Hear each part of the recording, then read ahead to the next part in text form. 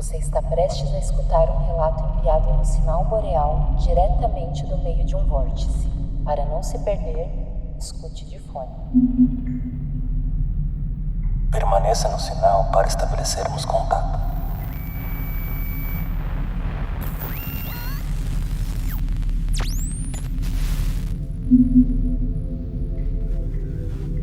Para além das fronteiras de qualquer dimensão, O sinal está transmitindo. entre as distorções do hoje, É a interferência de ontem e e amanhã. amanhã. o sinal está captando. O silêncio ruidoso dessa frequência. sempre algo escutando. Sempre alguém escutando. Aqui, no sinal boreal.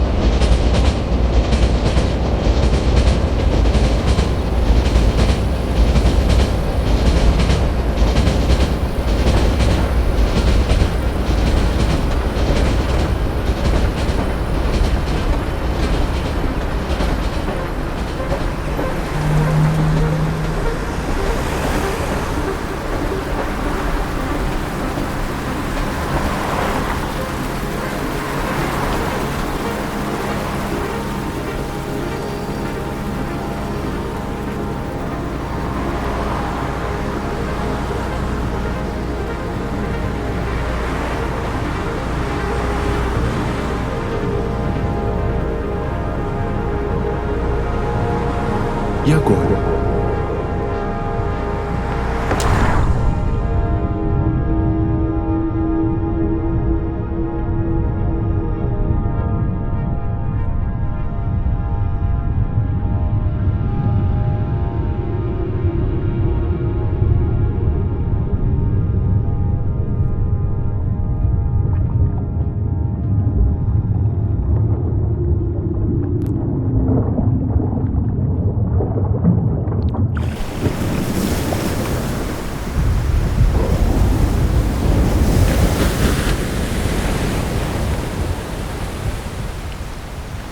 Anthony está em meio ao apocalipse. As ondas avançam cada vez mais longe no lugar em que vive, varrendo ruas e quarteirões para fora do mapa, engolindo vizinhanças inteiras. E a ganância que permitiu esse cenário agora lucra com visitas ao mundo submerso, usando as pessoas que perderam suas casas para a catástrofe climática como mão de obra. Esse presente é o meu ou o seu?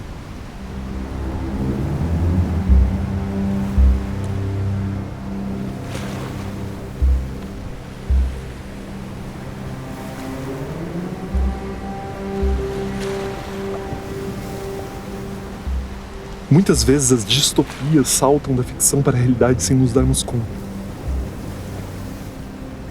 Me parece que nós também estamos constantemente em meio ao apocalipse.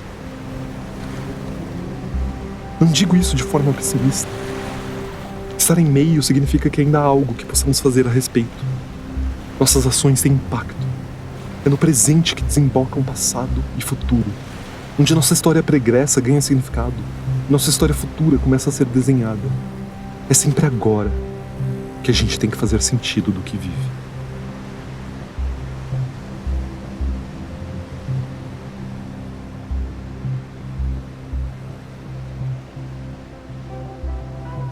Eu ainda estou preso no sentido das palavras de Julian K. Jarboe.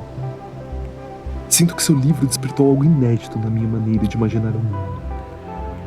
E eu ainda estou tentando entender o que exatamente. Não é apenas a diversidade de histórias dessa coletânea que mistura do fantástico ao científico, que possui contos, textos líricos e até uma novela em um mesmo livro. é algo na forma como Jarboe trata as personagens. Anthony está em um mundo no qual moradias podem desaparecer no fundo do oceano a qualquer momento, e comunidades se dispersam ou são assimiladas por corporações multimilionárias. Em meio a tantas incertezas e inseguranças, o que permanece? O que é inteiramente seu? Em determinado momento, ele tem um sonho profético sobre o verdadeiro nome das pessoas, que é parcialmente composto pela coisa da qual cada pessoa é conhecida. E mesmo no mundo de possibilidades de seu sonho, nem o próprio nome lhe pertence. Ele é a única pessoa sem um nome verdadeiro, porque ele não sabe que tipo de pessoa que é.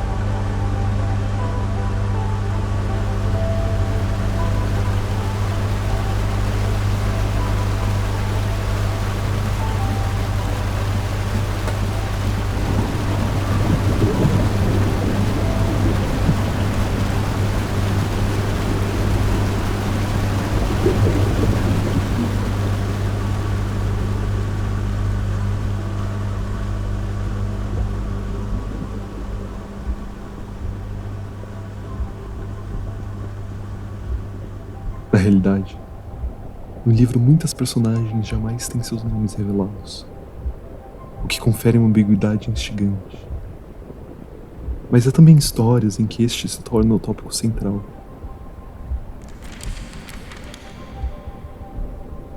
Um robô, ao ganhar consciência, implora por um nome a quem quer que tenha sido responsável por lhe dar vida. E uma personagem oferta o próprio nome, os deuses, para que seu povo possa sobreviver por mais um ano. Um clima favorável e boas colheitas. É uma oferenda tão grandiosa que a esvazia por completo.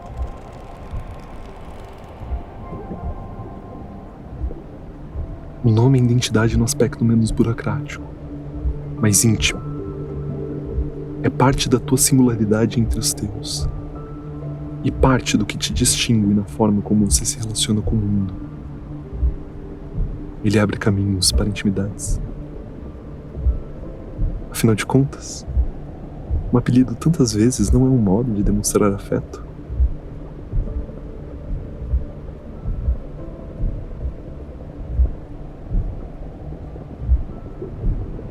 Na época da escola eu tinha essa amiga chamada Renata, que era geralmente apelidada de Rê. Só que eu queria dar a ela um apelido que fosse só meu. Um carinho distinto dos demais. Então eu a chamava de Nath. Nós perdemos o contato depois da escola. Mas confesso que tenho curiosidade para saber que tipo de adulta ela se tornou. É fácil fantasiar que ela superou as inseguranças da adolescência. Com ela, necessidade de inventar causos fantasiosos para se sentir digna do interesse dos outros. E que tem conseguido se encontrar e se abraçar por completo. Claro que seria incrível se ela também tivesse se tornado uma pessoa responsável e cuidadosa com um livro emprestado dos outros. Porém, Renata não é um produto da minha imaginação. Ela é sua própria pessoa. Uma pessoa que eu adoraria reencontrar. Eu só não saberia como chamá-la depois de tanto tempo. Ainda caberia um Nath? Rê soaria como uma intimidade forçada. Renata pareceria muito frio? Não sei nem como eu me apresentaria. Qual o seu nome?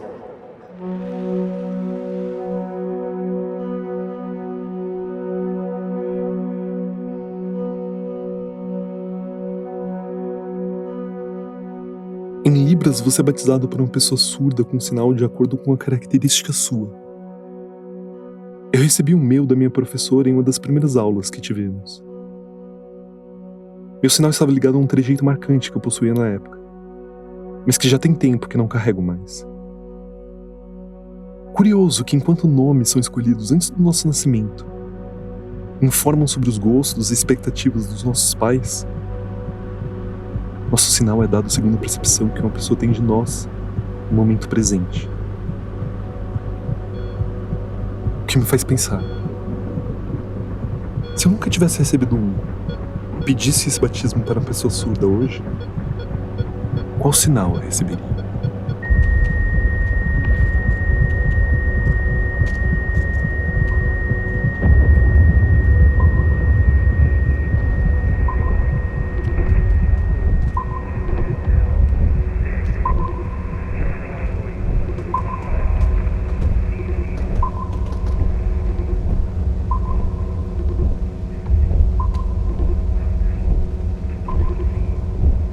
Os sinais de que algo está errado estão por toda parte.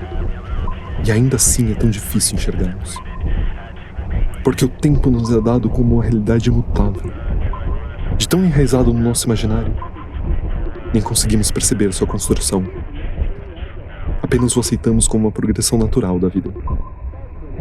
Consequentemente, aceitamos suas delimitações. Você mal começa a explorar o mundo antes de ser talhado.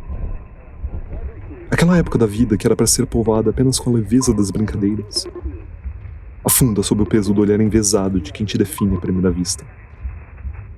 Porque menino não brinca com boneca, nem mexe com maquiagem, nem gosta daquele assunto, nem tem esse trejeito. Isso lá é coisa de menino tá fazendo? Tem que colocar ele na linha. Como te convenceram de que tudo aquilo é tão errado? Enquanto os outros navegam pela adolescência realizando descobertas sobre a própria identidade, você enterra a sua o mais fundo possível. Como se fosse um baú pirata. Não acredito. Que desperdício. Leva anos cavando para resgatar esse tesouro. Quando você enfim levanta a cabeça depois de tanto cavar, o horizonte está encoberto por altas torres com relógios que marcam seu atraso. Já passou a hora de navegar. Agora é tempo de criar raízes. Era pra você.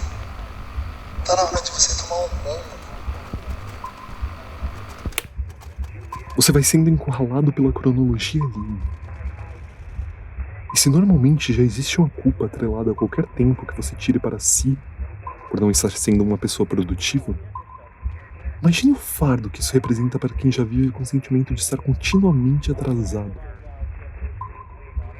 Fica bem difícil manter a cabeça erguida. Mas que gentinha mais espalhafatosa, hein? Não importa quando, o tempo sempre nos é roubado.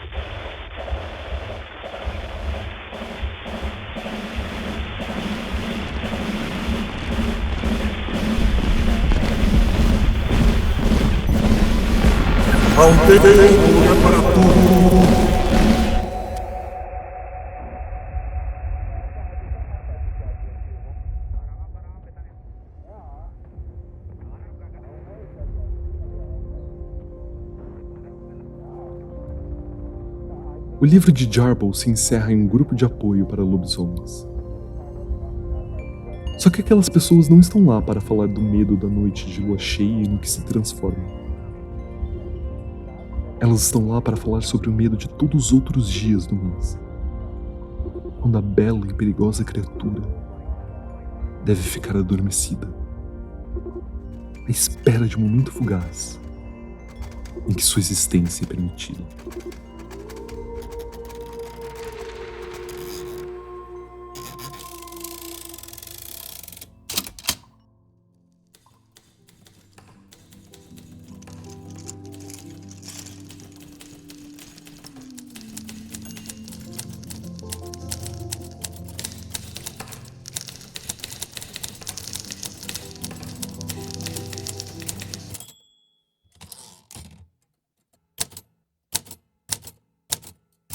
Queer.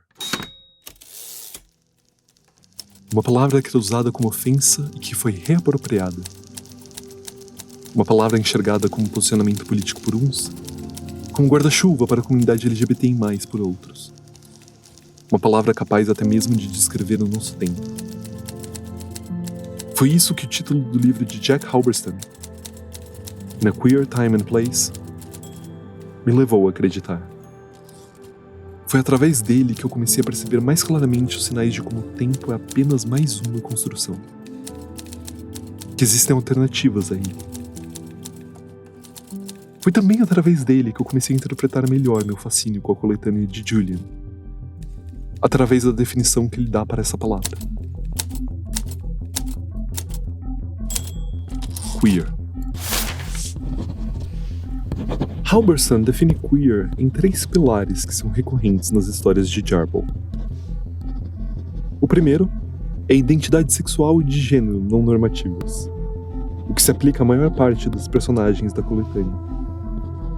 O segundo fala de uma lógica e organização de comunidade não normativas. Em um dos últimos contos da coletânea, Jarboe faz uma releitura de A Metamorfose, em que se transformar em um inseto não é um pesadelo kafkiano, mas um desejo. Ao invés de sucumbirem à pressão do mundo burocrático, os insetos se unem e criam sua própria comunidade. Um lugar em que suas individualidades são respeitadas, sua beleza é reconhecida. O terceiro e último pilar são as atividades no espaço-tempo não normativas.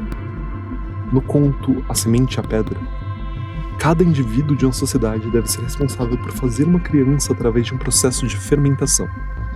Só que, incapaz de fermentar uma mistura para gerar uma nova vida, a protagonista prepara uma bebida que torna seu pai um menino novamente, levando-o a um tempo anterior ao de suas dores.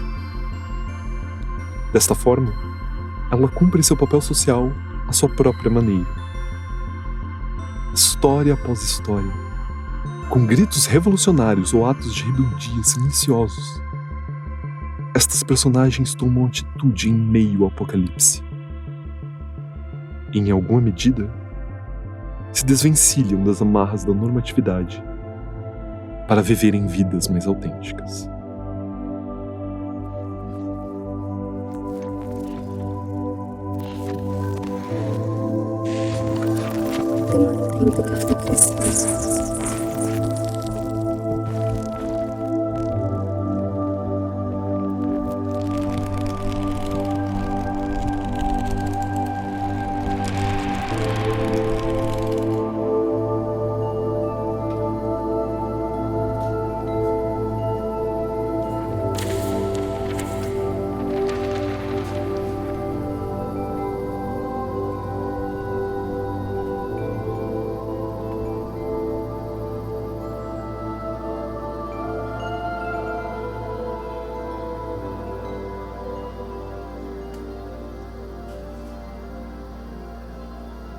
Em meio a tantas personagens, a tantas histórias, existe uma que permanece como nenhuma outra.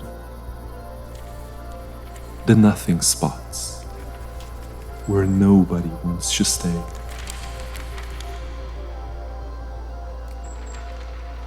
Lugares tão vazios que se tornam nada, tão drenados de vida que não há ninguém.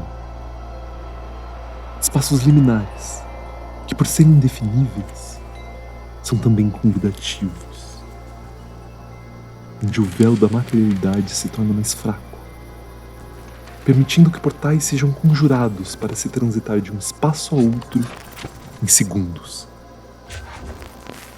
Porque por mais fisicamente distantes que estejam, os vazios se atraem.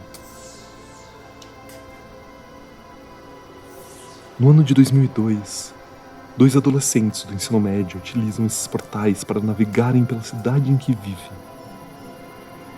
Seus vazios internos os unem. E a melhor chance de preenchê-los seria, quem sabe, se os portais permitissem que eles se movessem não apenas no espaço, mas também através do tempo.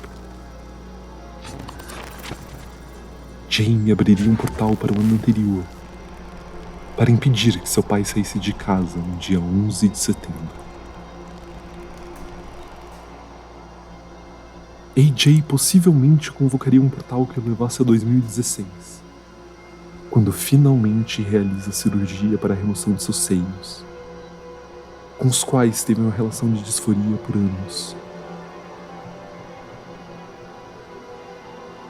No entanto, nada muda o fato de que nenhum dos dois garotos consegue escapar do presente.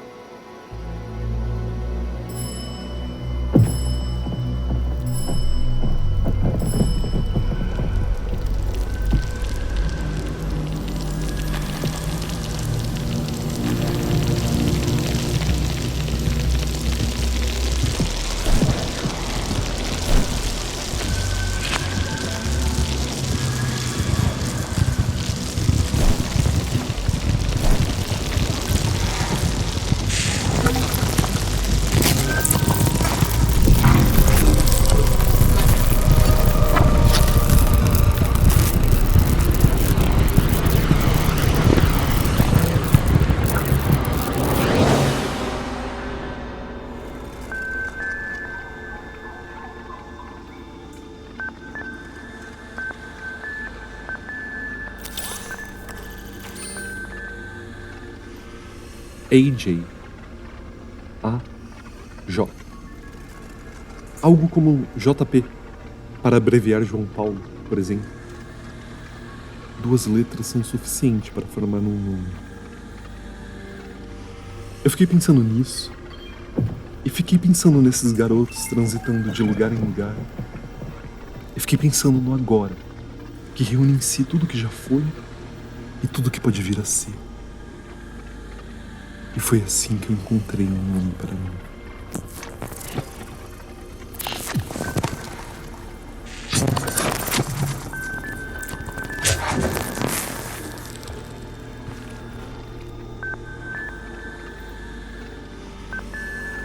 Meu bem, você não questionou quando eu disse que meu nome era Pedro naquele dia no café.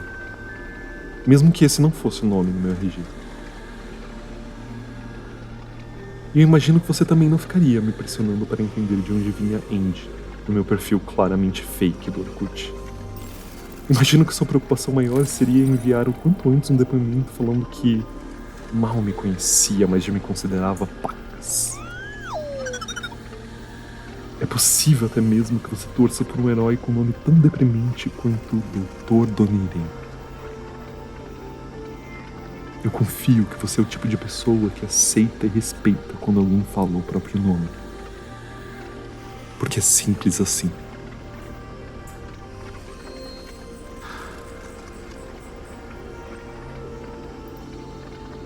Eu não sei se algum dia nos veremos novamente. Ou se ao menos conseguiremos nos comunicar através deste sinal. No entanto, se isso acontecer, eu não quero que você tenha os mesmos receios que eu carrego em um possível reencontro com Renata, de não saber o que dizer. Então me permita este esclarecimento, meu bem. Quando conversarmos, não me chame pelo nome que um dia eu te dei. Nem Pedro, nem Andy, nem Donirento. Qual o seu nome? 3 letras. E no som que formam ao se unirem, a minha existência terá ganhado um novo significado. Porque eu posso ainda carregar um mundo de perguntas em mim. Mas neste instante, eu me sinto mais seguro sobre o tipo de pessoa que sou. Como você se chama?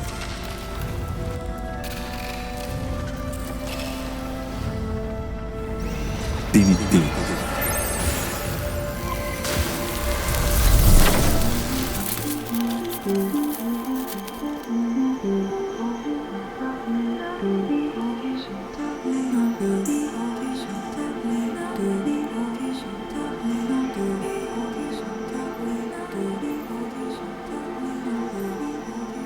Eu queria muito poder encerrar essa mensagem dizendo: te vejo em breve. Mas como eu escapo desse tempo estrangeiro? Estou ilhado no futuro, tudo que vivemos engolido pelas ondas do fim do mundo. tempo a que pertenço como os vestígios de um naufrágio no fundo do oceano. Não tem ponte que me leve de volta. E agora? E faria diferença ter um caminho? Afinal de contas, o tempo é uma via de mão única. Essas são as regras. Exceto que...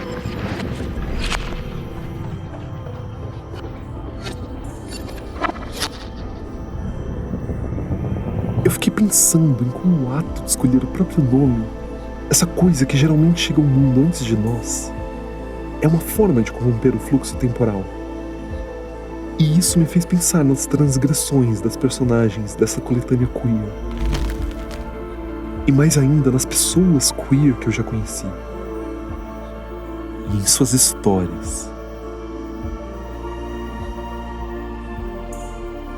Muitos de nós nunca nos sentimos seguros no espaço em que crescemos. Lar não é algo que nos foi dado, mas algo que tivemos que construir. Por escolha ou pela falta dela, atravessamos o umbral de nossas casas em busca de acolhimento. Por que não atravessar para além das margens do tempo? No fim, podemos nos encher de culpa e vergonha por não nos encaixarmos em moldes que não foram feitos para nós. Ou podemos reafirmar nossas experiências em uma lógica temporal queer, em que esquecer, fracassar, andar em círculos e se reinventar constantemente é abraçado como parte do processo. Eu lembro da amiga que beijou uma mulher pela primeira vez algumas semanas depois do seu aniversário de 30 anos. Eu lembro do cabeleireiro que já tinha criado 2 filhos antes de ter seu primeiro namorado. Eu recordo do dia em que a pessoa que estudou comigo na faculdade trocou o peso da expectativa dos livros românticos por histórias que lhe trouxeram um suspiro aliviado do pertencimento de não precisar se apaixonar.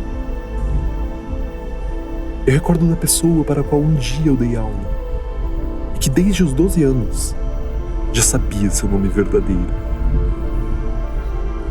E ainda assim, não pude usá-lo por toda a adolescência por conta do espaço e tempo em que se encontrava. Nós podemos nos submeter às palavras que outras pessoas nos designaram, ou podemos reivindicar o nosso próprio título. Diferente do que sempre nos disseram, não somos escandalosos demais, um desperdício, ou alguém que não tem jeito. Não estamos atrasados ou sem rumo.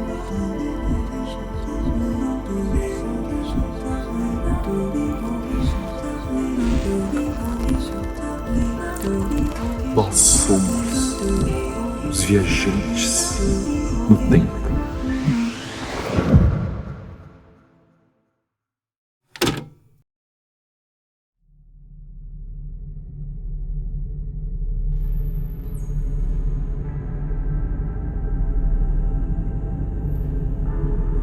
Acredite que o encontro entre ruídos não é por acaso. Que o tempo será preenchido por vozes desconhecidas. Que o espaço será ocupado pelas interferências das histórias. E pela colisão do seu sinal com o sinal boreal.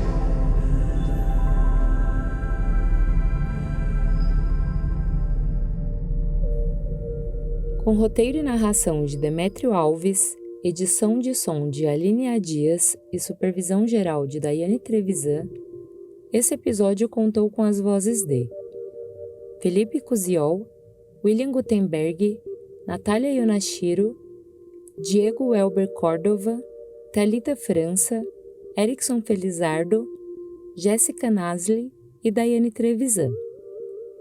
E referências aos livros Everyone on the Moon is Essential Personnel, de Julian K. Jarboe, e A Queer Time and Place, de Jack Halberstam, que você pode adquirir pelo nosso link afiliado na descrição. Sinal Boreal é uma criação de Aline A. Dias e Demétrio Alves. A Aline A. Dias foi editora de som de todos os episódios da temporada, assim como roteirista dos episódios ímpares. Demétrio Alves realizou a produção e é autor dos roteiros dos episódios pares. Daiane Trevisan essa que vos fala, atuou como revisora de todos os roteiros e produção de conteúdo digital.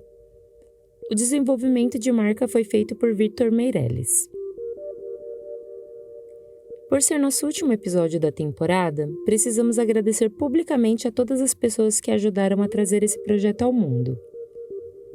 Nosso muito obrigado aos amigos, familiares e parceiros que emprestaram suas vozes, deram aquela força na divulgação, nos apoiaram financeira e emocionalmente, ou contribuíram de tantas outras formas. Não poderíamos deixar de agradecer também a todos os nossos ouvintes betas, com destaque para Biati, Diego e Isabelle, que contribuíram com feedbacks construtivos em diversos episódios da temporada. E nosso agradecimento mais que especial a Selene Seragioto do Amaral, que foi imprescindível para a existência dessa audiosérie. Por último, mas não menos importante, nosso agradecimento a você, ouvinte do Sinal Boreal, que esteve conosco nessa jornada através do espaço e tempo. Esperamos que essa frequência continue reverberando e criando conexões. Inclusive, se ainda não nos segue, em todas as redes somos @Sinal Boreal. Até o próximo contato.